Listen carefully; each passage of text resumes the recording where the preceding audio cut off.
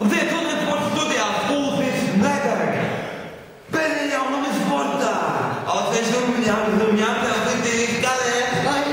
Tā nāk to vietu pasaules čempionātā un skajām klasē. Tādējādi iegūst ceļasību uz 30.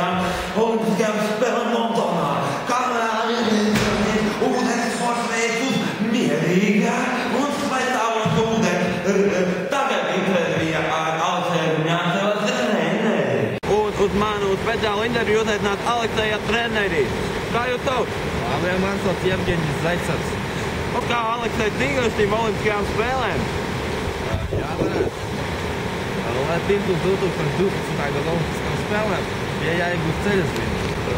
Aleksejs strauji pasaules čempionātā izcīnīja, tas bija 2011. gadā, izcīnīja 6. vietu, tas arī viņam deva ceļasvību uz olimpiskajām spēlēm. Tas tā kā viss? Jā. Liels paldies par interviju! Hei, hei!